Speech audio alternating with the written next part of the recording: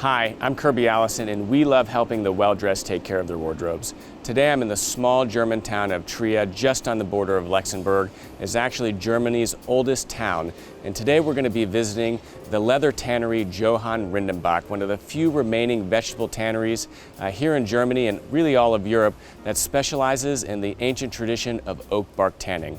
They're best known for making some of the finest outsoles in the world, and today we're going to be touring their factory and learning all about their process. Good morning, Kirby. Yeah. Welcome to Germany. Yeah, thank you so much for having me. Trier. So here we are at the famous, JR Leather Tannery. So I want to give you a show now, and please follow me into the Heights store. thank you. Here we are, Kirby. It's a great honor to see you here in my Thank you. tannery, and I want to tell you something about the past. 1871, my great-grandfather started here and founded the tannery, and he starts with the oak bark tannage. That means we only tan with vegetable tanning agents. And I'm now the fourth generation, and I started more than 30 years ago, and we followed up this quality line. We still only tan with vegetable tanning agents because for us it is very, very important and the only possibility to survive, to stay on the highest quality level you can produce. So since 1871, Yeah. you guys have essentially been tanning your leathers all the same way. Yes. We translated in the last generation a little bit in a more modern way. That means you cannot do rest in the past, you have to translate it in the year 2000, but the main system of the tannage is still the idea what my great-grandfather started in 1871. Yeah. So the oak bark tanning process is really an artisanal tanning. Everything starts here, but how long is this process in general? Yes, we stay here at the Heights store, and the Heights are coming, you can say, every 2-3 weeks. And then you can say 1 year later, the Heights which are coming here are leaving the company. It depends from the thickness. So if you produce lady bands or shoulders, it's much faster. Perhaps we need between 4 and 6 months. But for men soles in a thickness about 5 millimeter plus, we need still a year to produce it. We are often been asked what is the reason for the special quality of the JR leather. And there are 2 points which are very, very important. One point is the raw material. The other point is the way of tannage. To get the JR quality, you need a very dense and firm fiber structure. So that means you have to buy special hides for this tannage.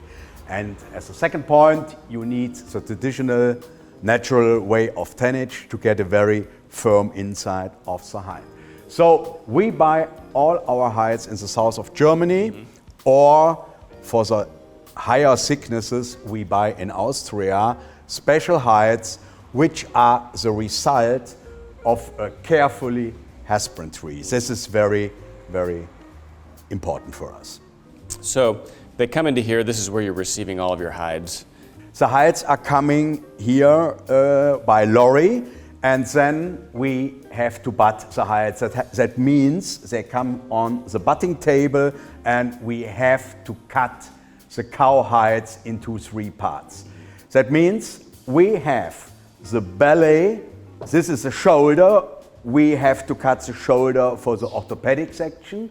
We have the flanks and belly, we do this for selling the products mostly to the Italian market because the fiber structure is too loose for us to produce, and the most important part is the double band, and this is later on for the full soles, and this is the most important part. So this is the top kind of half section of the cow right here. Yes. Is that right? Yes. And so this would be the tail. Yes, This that's is, the tail. kind of the midsection. Yes.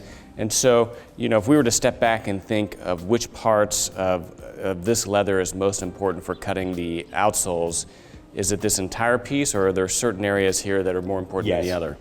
The best part of the band is in this area here. This is the firmest fiber structure. And if you go a little bit more to the flanks or to the shoulder, then fiber structure becomes a little bit looser. But we cut very short, so there is no danger. And we give the guarantee that our customer can use until the last part of the hide, every piece, because it's short and small cut. Yeah.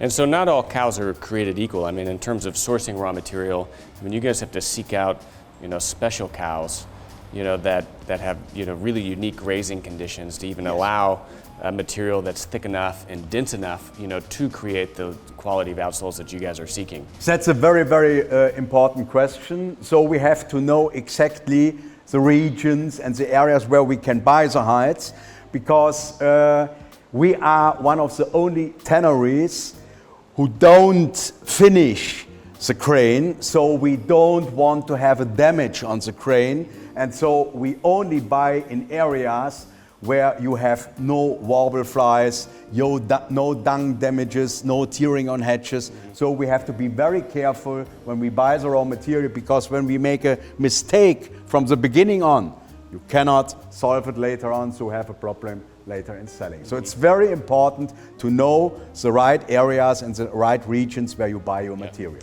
And then even unlike, let's say French calf, yes, which is a very young animal, I mean, you guys are actually seeking out, older animals that are more yes, mature, because again, yes, you're getting that denser, kind of yes, more mature and dense fiber structure. Exactly. So we buy older cows because we need the thickness. And this is a very important thing for us, because we are, as you know, specialized for Goodyear welded shoes, for a high quality shoe repair. And these markets, they need higher thicknesses, starting in 4.5 millimeter to 5.5. And for such a height, you need an older cow, especially from Austria. Yeah.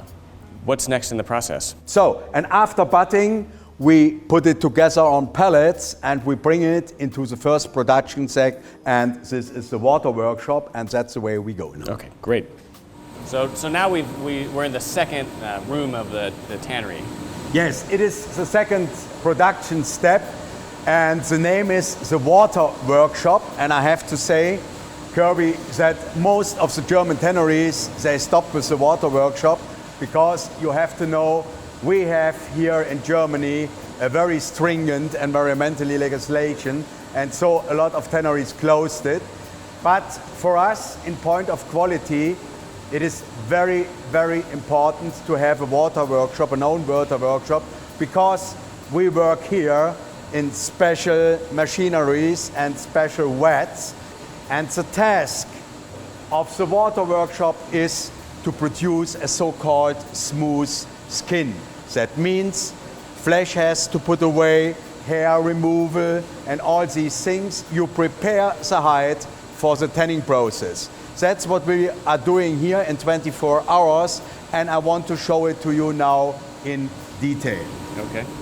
The first process in the water workshop is the so-called soaking process. It's like a washing machine, and we use special machinery like pedals, and a pedal is a wet in which our pedals are set in motion. And it's important to wash out salt and blood veins and something like this. We wash out, and after a certain time we start with the flesh removal machine, and the task of this machine is to cut away the flesh waste on the hide.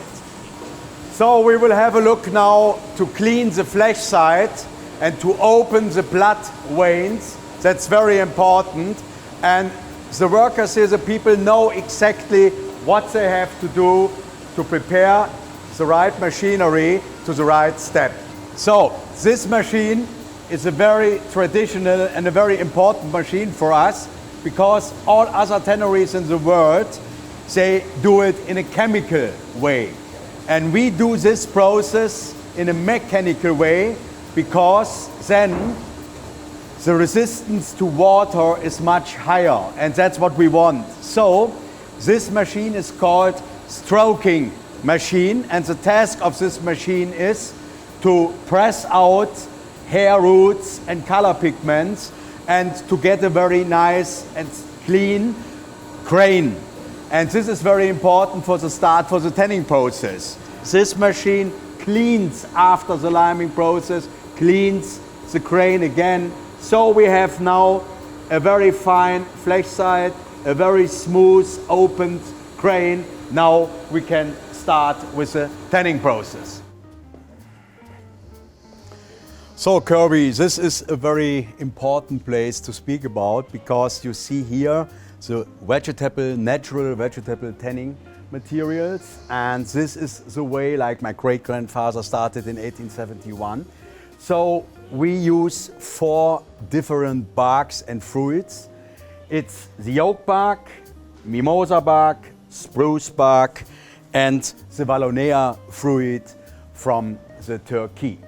But before we go in a little bit more in detail, let me explain what was the idea many years ago for the tanneries to think about to accelerate the process to starting from an oak bark tannage and to end with a fast vegetable tannage.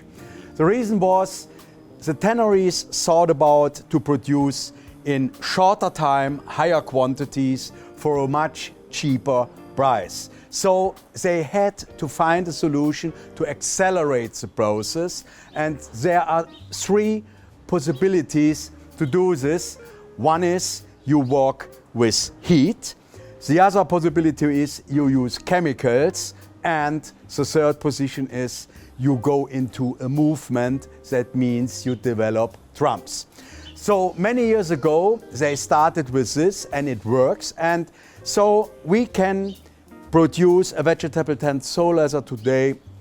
It's not a problem in 2 or 3 weeks latest time, but you have to know that as more you accelerate the process, as more you become a different network between the vegetable tanning agent and the protein structure of the hides. That means the protein structure of the hides is, let me say, the fiber structure, and the combination between the vegetable tanning agents and this protein structure becomes looser and more easy to open again as faster you tan. And so within vegetable tanning, right, so vegetable you're using natural kind of organic matter to accelerate the tanning process. Yes. But you guys are unique in that you're using oak barks for the vegetable tanning process. Yes. Is that right? So other tanneries, other vegetable tanneries, are they using the same oak barks? This is a very important question because the main difference between what we are doing and what the normal vegetable tanners are doing is we work with barks and with fruits. And the disadvantage of this process is that you need a long time for the tannage. You need a lot of place and a lot of capital because you need a lot of stuff here in the tannery. And the fast tanners, the fast vegetable tannage is a tannage where you use extracts, high concentrated extracts, and with these extracts you can tan much faster. That's the advantage. Yeah. So what do we have? So this is an old oil painting of the process, the traditional process that oak barks were removed for the tanning process? Yes, this is an old picture from my great-grandfather, and it shows how you cut the bark from the tree and how you separate it. And you see here, the person is going with a knife and opens the tree, and then he switched over and he separated. And the result is what you see here. This is an original oak bark, and later on we cut it in small pieces because for the productions. But this is the way they separated the barks from the trees. So again, a look here.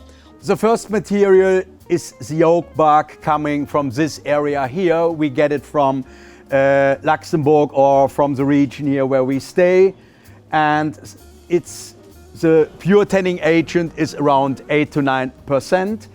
Completely different with the mimosa. Mimosa is coming from Africa. It's a much stronger material. The pure tanning agent is around 30%.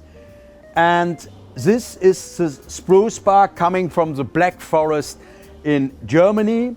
And behind me, this is not a bark, this is a fruit coming from the Turkey, and around 30% of pure tanning agent. It's very easy to understand. Every bark or fruit has a special task in the tanning process. That means the oak bark and the Vallonia, they are very familiar, and they are responsible that you get a very firm tannage. The mimosa is different. Mimosa tends more flexible, more soft. And the spruce, in the spruce bark is sugar, and during the tanning process, the sugar switch over in an acid range, and we become down to a pH of 3.5, and this is the acid range where you fix the tanning agents with the fiber structure. That means we have an old recipe and a lot of experience, and we know exactly which task which material has to do in the tanning process, and we can play a little bit. And are you extracting anything, or are you literally taking this and throwing it in the pits with the hides? We doing it in the pits exactly like you see it here, but the only thing what we do before is we mixture it. That we have a mill, and we put this together with the old traditional recipe, and then we get the tan, and with the tan we go into the pits. Great. So here we are. This is where the magic happens. This is the actual oak bark tanning pit. Yes. And Kirby, this is the soul, this is the heart of the tannage of the company. And this is exactly the same what the great-grandfather started it in 1871. We fill the pits with hides and with tan. And the tan is, as we spoke before, it's the oak bark, spruce bark, mimosa and vallonea, the mixture. And now we have a layer of tan, then a layer of hides, then a layer of tan again until the pit is filled. Then we gave water over it and we close it, and we let it inside for months until it is ready. And we know exactly, because of the experience, how long we need. And after a certain time, when the leather is needed, we open the pits and then we take the leather out, and then we speak about an oak bark tanned leather. Yeah. And so this tanning process, I mean, it's a vegetable oak bark tanning process versus, chrome tan. There's no chemicals. It's completely natural. Yes. And how does that, I mean, what special properties does that give to the leather once it's completed? The main point is that the hide and the fiber structure now has a long time to absorb the vegetable tanning agents. That means we don't press something into the fiber structure as the fast tanneries do. We let the hide into a natural bed for a long time, and the hide absorbs the tanning agents, and when the hide is filled, the tannage process stops. But we don't fill it. We don't fill it with tanning agents and not with non-tanning agents. We do nothing. We let the hide do whatever it wants, and it closes the process after a certain time. And you were explaining that, again, the properties of bark, which is naturally water resistant, I mean, it's protecting the tree. Those natural kind of evolutionary properties are what's seeping into the leather and really creating kind of that special, characteristic of, a JR oak bark tanned leather outsole. Dense, water resistant, yet still flexible. Yes, the point is that this way of tannage leads to advantages for the sole leather, and the advantages are the resistance to abrasion, which is wonderful, then the water resistance, well, we call it a natural hydrophobic, then we have a very high form stability, and for me one of the most important things is we have a very high breathability. That means the leather can absorb 40% of its weight and give it up in a normal temperature and in 24 hours. That means you have always a dry feeling in the food, and this is very important with this tanning. So not only for the perspiration, but also Yes. for walking in rain. Walking in rain. It's able to absorb, that water moisture. Yes. And this works very easily to explain. The autumn stratum of the leather sole absorbs water, and this leads to a swelling of the fiber structure, and this leads to a further closing of the fiber structure. That means the water agents of the rain cannot penetrate anymore. And this is completely different if you compare it with a fast tannage sole, and that is the reason that we are very happy with the water resistance. Yes. And so really there's actually two purposes of the water absorption. One is helping keep a dry foot. Yes. But second is also protecting your feet or protecting the shoe against any type of water you may be walking Yes. upon. Yes. That's very important, and so you have a dry feeling in the feet, and you feel comfortable, and that is very important if you have a high-end quality shoe. And all this is happening naturally without any degradation Yes. or compromising of the integrity of the structure of the outsole. That's absolutely true. We don't fill the capillaries of the fiber structure with any materials. We have only the fiber structure, that means the protein structure. We fill it with the vegetable tanning agents and with water, and that's all. No other material you can find in the sole. And that is the reason that you can put the sole after wearing it, and it is destroyed after a certain time. You can put the sole into the earth, and if you have a look 1 year later, it's disappeared and nothing is there. So now we fill the pits, and after filling, we let the leather in this pit, for example, 4, 5, 6 months. It depends from the thickness of the hide. And then we use a crane to take the material out of the pit, and that I want to show you now. Great. Follow me.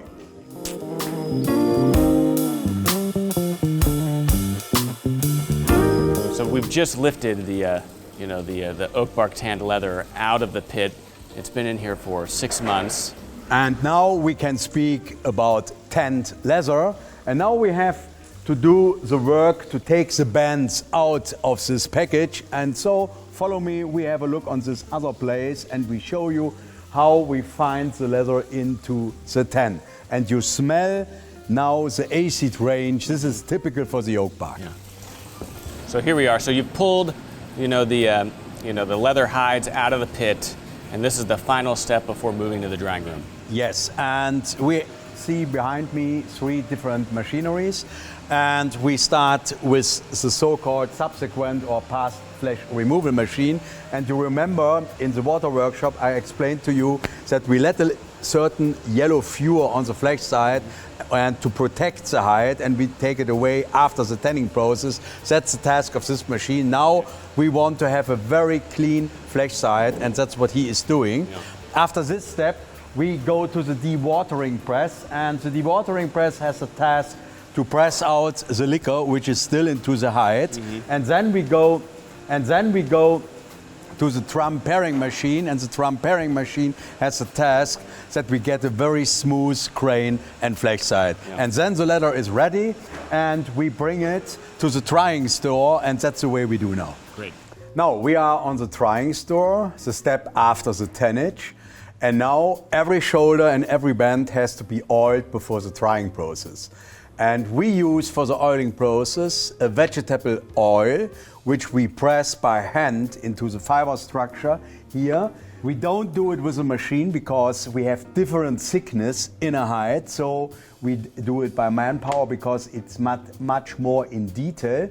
And we press the oil into the fiber structure, and this leads to a better flexibility of the grain. So it cannot crack, it's good. And the not fixed tanning agents we fix with this oil, and then we take the leather and we put it into these knives, and then we let it here for around 5 days, and then the drying process is over. So after the drying process, we give a little bit water into the fiber structure before the rolling process. That means rolling, we press the fiber structure together. We do it, one idea is to get a very flat band and a flat shoulder, and the other idea is to press the fiber structure with all the capillaries together so that the water agents cannot go through. It helps a little bit also against the water resistance. What you see here, Kirby, is a very modern roller press from Italy. That means all machinery we have to buy new is we have to buy in Italy because the German industry for machinery for tanneries is over. So we have this machine around 3 years, and it presses the fiber structure together with until 3,000 kilo pressure. So it depends what you need, but the trend is today a little bit to more flexible leather, so we don't need the whole pressure to do it. And if you have seen, it's done by a lady which works for us in a very perfect way, and she knows exactly how to use the machine, and it makes it easy because you have a lot of security with this machine. It's very nice and very fast. So this is for further compressing that fiber structure, which is what creates that, the resistance to abrasion that is so important for a leather outsole.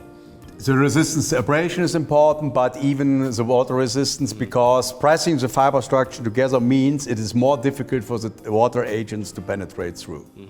And we are now in the cutting store, Kirby, and we have two cutting stores, one on this level and another one on the first floor. And we cut full soles, half soles. You see here a JR full sole for shoe repair. And we have here half sole, but we also, to use every part of the band, we also cut products like this, or these are for heels we produce in the next production step. So we can use all different parts of the band so that we get a wonderful result.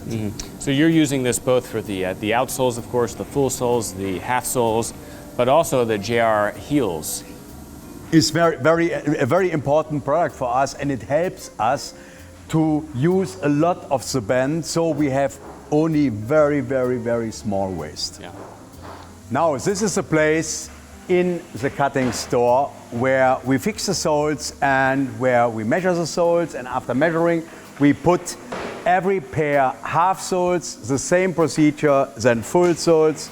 We do a very stringent control that the thickness left side, right side is exactly the same, because we give the guarantee that the shoe repairer who decides to buy a JR sole, we give the guarantee that left side and right side is the same thickness, the firmness is the same, the flesh side is the same. So we spend a lot of time to make a selection, because we give 100% guarantee he will have no problems. And if there is a problem, then we give a new pair, we stay for it, so there is no risk to buy a Rendenbach sole. We guarantee that our customers will have no problem, and that's the reason why we spend so much time and wage costs into the selection, because if you sell the most expensive but the best sole in the world, you have to be careful that everybody gets what he wants. So we put it into these boxes, and you can check here who has prepared the soles, and we have this, we close it, and we give soles and publicity from the JR company into the box, because we want that the shoe repairer can inform his customer again, because it's very important for you that everybody knows until the end of the chain what is going on. We have different stems. Kirby, we have, as you know, different customers all over the world, and sometimes both the name of the customer and our name appears. And let us speak about Allen Edmonds in the United States. We are very proud and very happy to be a supplier of your #1 in the United States, and we are the supplier for the whole Cordovan line of Allen Edmonds. And so you find our brand direct near Skip Horwin from the Cordovan Tannery and the name of Allen Edmonds. And I have to say it again, it's a great honor for us that these three names are on one sole. Yeah, I mean, the Allen Edmonds Cordovan shoes are, widely considered the finest shoes to come out of the Allen Edmonds factory. And just on the Cordovan shoes, they're using your JR oak bark tanned leather outsoles. Yes. It's a perfect marriage of quality between you, Horween, and Allen Edmonds. I agree. That's exactly what I said. Yes. So after the cutting store, now we are in the last production step, Kirby, where we fix full soles with blocks and top lifts, and we produce blocks and we produce the top lifts. And this starts around 15 years ago, because first JR was only a tannery. Then, let me say, 35, 40 years ago, we started to cut half soles and full soles. And then the shoe manufacturers ask for top lifts, so that you have a nice view. If you see the shoe from the bottom, the color of the leather of the top lift is the same like the full sole. It's one quality. So we start to produce top lifts and the blocks for the shoe manufacturers. And then the last step was that a lot of our customers asked, is it possible that you fix us the whole bottom of a shoe? And then we started to do this, and this was the result. All things are working good, and we have a very good demand for this. Kirby, it was a great pleasure for me and a great honor to show you my tannery, and we end now. Behind me you see the result of the work of the last years, and I'm very happy to say that the most famous brands worldwide now use the JR, and it's a very good feeling for me, and it's a sign that quality works, and we will stay for it in the future. Thanks a lot for coming. Thank you. Thank you so much. Thank you. Pleasure.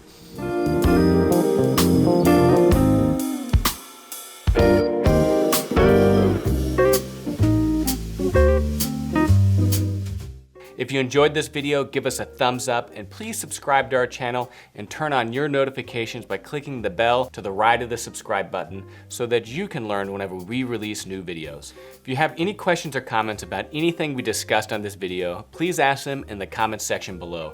And of course, please visit hangerproject.com, where we have the largest, most comprehensive collection of luxury garment care and shoe care accessories in the world, as well as many other incredible products for the well-dressed.